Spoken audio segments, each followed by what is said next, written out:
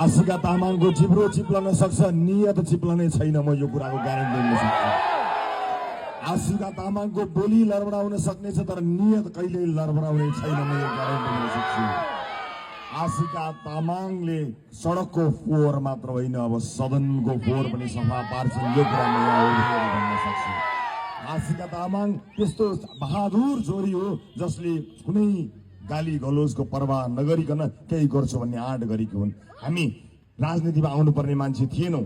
यो पार्टीमा लागेका अधिकांश मान्छेहरूको आफ्नै पेसा र व्यवसाय थियो, तर यसपटक देशमा अनर्थ भयो, अनेक भयो, अनर्थ भयो।